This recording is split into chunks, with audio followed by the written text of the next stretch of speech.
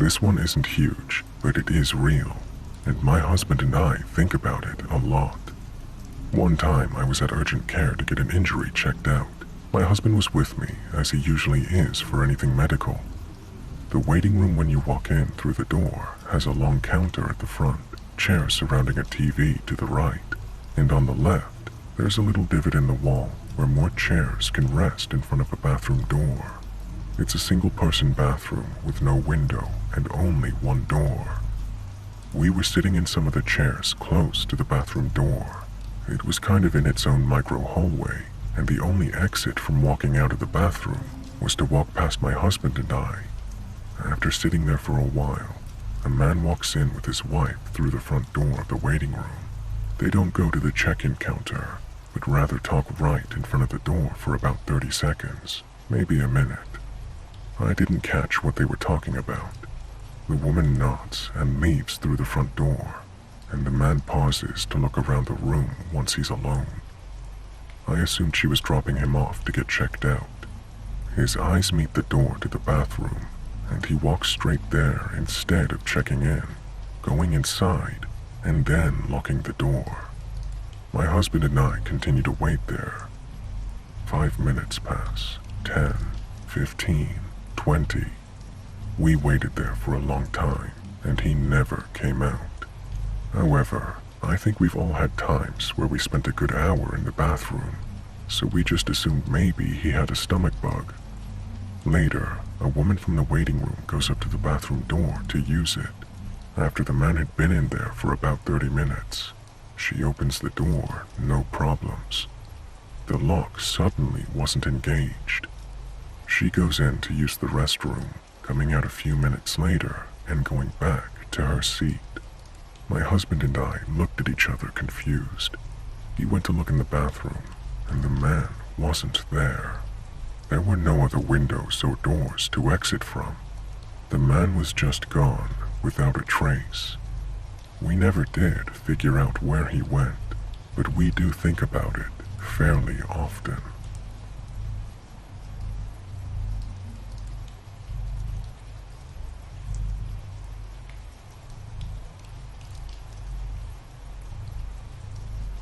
I was in a smallish fishing boat charter that sank a little less than 12 miles from a Caribbean island in the Atlantic.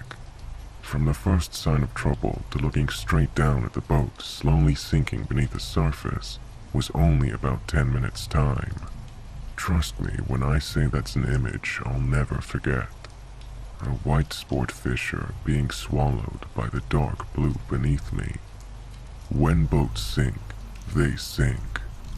Somewhere in the chaos, the captain called his friends in the marina before the boat sank, so we waited there just drifting for a while, collecting any floating debris we could hang on to. Fortunately, we had life vests on, otherwise I'd have no doubt we'd all be dead. 2 hours pass. Nobody comes by to pick us up. Clouds and rain are more frequent, so we lose sight of the island occasionally, and I finally convince everyone to agree to start swimming towards the island. I know the best thing to do is stay together and not move, but the island didn't seem too far away, and it was obvious to me that nobody was going to find us at this point. Just as we start slowly moving, a helicopter comes and hovers somewhere between us and the island, presumably over the coordinates the captain gave his friends. I swim my ass off towards that thing, and in doing so, lose sight of the captain and first mate. So now it's just me and my sister, and then the helicopter leaves. That sucked. But, given the weather, there was almost zero chance of them spotting us, unless we were right under them. We decide our best chance at survival is to keep swimming towards the island. The whole time it's rainy, cloudy, rough seas, and much of the time we can't see the island at all, and we use the wind as our directional guide. That sensation of not being able to see anything but gray skies and waves, with nothing to grasp onto, was the toughest part. We did see another helicopter before nightfall when the weather started clearing a bit, but it was way too far away from us. Nightfall is also when we can tell that we actually made progress and were getting closer to the island. But the darkness changes all that, as all we could look at were a handful of lights on the island and a bright spot that it was probably a resort, 7 or so miles to the north. Fast forward to maybe 2 or 3 a.m., some 15 to 16 hours after the boat sank, and we actually get to the island. Of course, it's mostly cliffs. The water is colder, so we swim south until we can see water that isn't white. We get out of the water maybe an hour later and can barely walk. There are some lights in the distance, but no way we were going to get to them in our condition, so we just try to stay warm under some trees out of the rain. No sleep, just shivering and trying to stay warm. Finally, the sun comes up and we're able to stop shivering. We can walk somewhat better now, so we start drinking from a nearby stream, assuming we'll be able to get help before we die from some parasite, and start hiking over the hills. I tossed my life vest into a tree just in case someone spots it. The hike takes us a few hours over 2 ridges and through some pretty thick brush. Fortunately, there were a few more streams. We finally get to a makeshift farm of sorts and decide to eat some bananas from a small banana grove. That's when we spot a guy walking to work on the farm. He feeds us some crackers and water and walks up the road to call the police for us. Based on where we got to land, they changed their search and found the captain and first mate in the water shortly thereafter. We all end up in hospital around the same time, and we finally got to escape the hospital after 36 hours and several bags of IV fluids. There's a lot more that happened in that whole 72-hour period, but you get the idea. Funny thing, we went back about 8 months later and tried to get a boat to take us out to where we got to land, but they said it was too dangerous. It was all over the news for like 2.6 minutes, like everything these days. Even though we all survived, I still have PTS from that event, which sucks. It's pretty well triggered when I'm on the water and it's stormy, or in planes and it's turbulent, but PTSD be damned.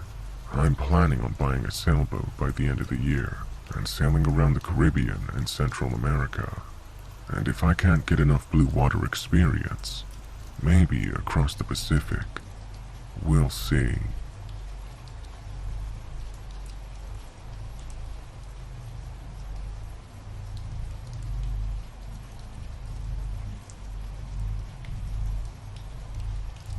I was 29.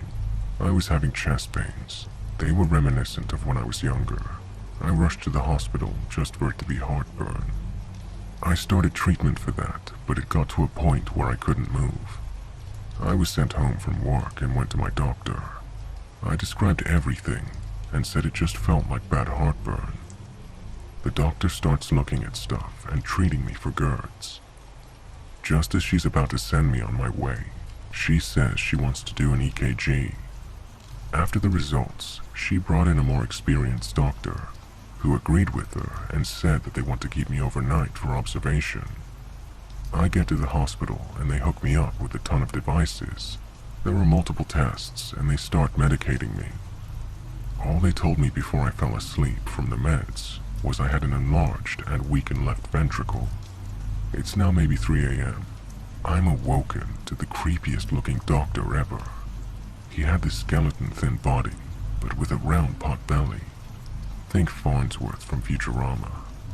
He was bald, but with this greasy stringy hair that was like long, and he draped a few over his head. Meanwhile, I'm still drugged out and afraid of what's going on. He pulls up a chair and asks if I know what's going on. He says I had a nibble of a heart attack, using his pointer finger and thumb to indicate very small. He explains something about numbers, and if they hit a certain number, it indicates a heart attack. And mine hit the number directly next to it. So let's say 10 means a heart attack. I hit a 9. Bear in mind, my dad died of a heart attack when he was 39. I'm laying there freaked out.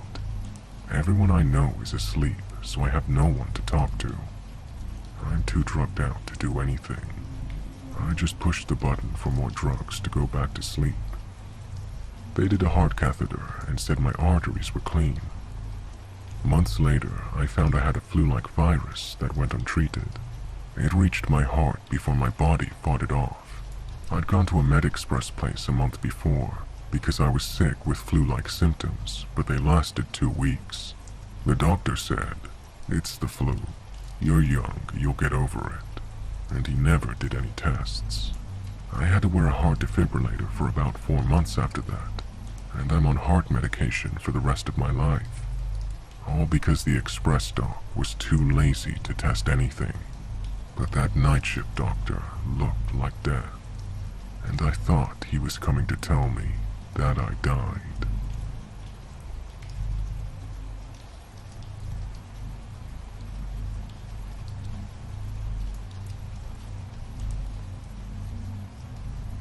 I'm not and have never been a security guard, but I remember one time I was closing the store with my boss. We locked the front door as we closed and cleaned. This was late at night. Well, near the end of our shift, we heard scratching at our store's front door. It's a glass door, an automatic slider, but as I said, it was locked. We originally shrugged it off as an animal or tweaker. That was until we finished cleaning. My manager heard scratching at the back door, but it can't be opened from the outside. Someone or something was trying to get in. The scratching was violent and near the lower part of the door. My boss was back there, finishing up the inventory check as it happened. He shouted at whoever it was, basically said to leave or we're calling the cops. The scratching stopped right after that, and he made sure the door was locked from the inside too by procedure. Well, he also opened the door to look around. He saw no one or anything, but there were claw marks where the scratching was. Animals are not uncommon in the area, but it's stray dogs and cats and such, normal stuff. These claws were not normal. Not our normal, at least. My boss came up to the front where I was putting cleaning stuff away. I was at our main checkout area next to the front door. I asked what happened. He told me. We heard a loud scratching sound at the front door again, but we both turned pale as we saw a human-like hand with claws at the front door, and we saw 2 eyes that were reflective. I was young and actually quite strong. My manager is a shorter and smaller guy. He's also older. He called the police, and we didn't leave until the police were at our door. The officer escorted us to our rides, and as we left, he followed us. Even the cops saw this. As we pulled out of the driveway in a line, we saw a human-like head peeking at us from the bottom of the building's corner. We all pulled out and stopped at a nearby gas station. The cop confirmed what we saw, and he had some other cops drive by, then they looked around. Despite what we saw and what cameras saw, we still don't know what it was. The officer was pretty sure it was a prank, because he went around the area and asked anyone with cameras facing our store. He asked for footage and saw nothing on it. It didn't happen again.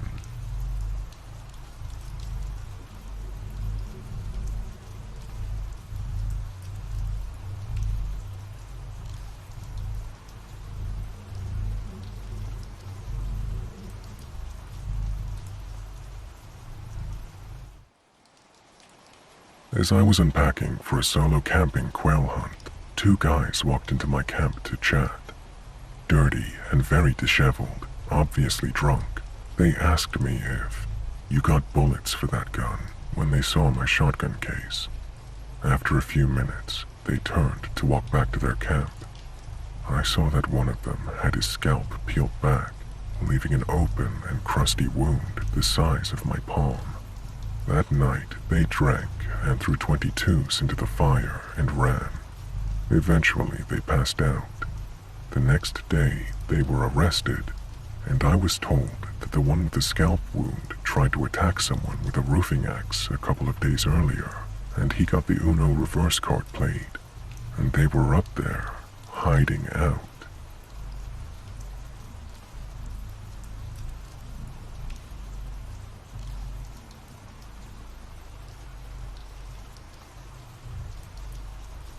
So one night, some friends and I were playing hide and seek in our hometown. We were probably like 13 at the time. I went into a small area that's basically like a shortcut from the main road to the side road. I unfortunately went alone, and I didn't even think of what could happen. Remember, we were only 13 at the time, and we didn't bring phones with us, so if something happened to us, nobody would even know. So the game started, and I ran, sprinting through the wooded area. The first 30 seconds were good. Disclaimer, we have a rule that we have to come to the checkpoint where we start, and we have to save ourselves from not getting picked to search. After around 1 minute, I start hearing footsteps. I say, "Hello, are you one of my friends?" And whoever or whatever it was didn't make a sound, so I started backing out. Fortunately, the wooded area has a main route and 2 side ones, so I could have run either way. I start backing out, and from nowhere the man just appears from the woods and starts sprinting at me while saying, "I'm gonna catch you," in a creepy and eerie way, like a kidnapper. Fortunately, I train in soccer, so I knew I could definitely outrun him, or at least make a good try. I sprint all the way through the wooded area, with the only light being the moonlight, and after about 2 minutes, he gave up. I continued sprinting and got myself all the way to the checkpoint. I told all of my friends what had just happened. Of course, no one believed, but I didn't care since I knew it was real. To this day, I still don't know who or what had tried to catch me that night. But what I do know for sure, if I wasn't a sports guy, the outcome would be very, very different.